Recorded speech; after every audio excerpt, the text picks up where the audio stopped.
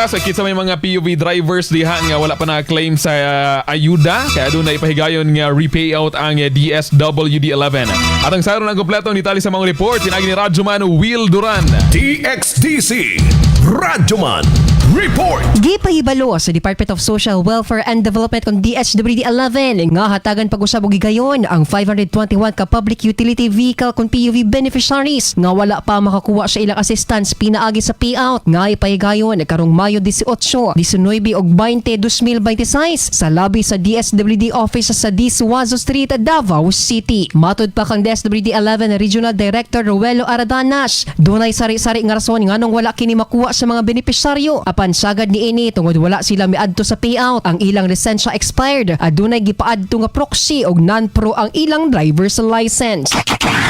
Ang rason, sari-sari nga rason. Una, ang rason, wala sila naadto. Kay conflict daw sa schedule, may hawa sila or what, ay niadtuan. Ikaduha, ang ilahang professional driver's license expired. Ikatulo, reason, ang ipaadto nila proxy. Ikaupat nga rason, non-pro ang ilahang driver's license.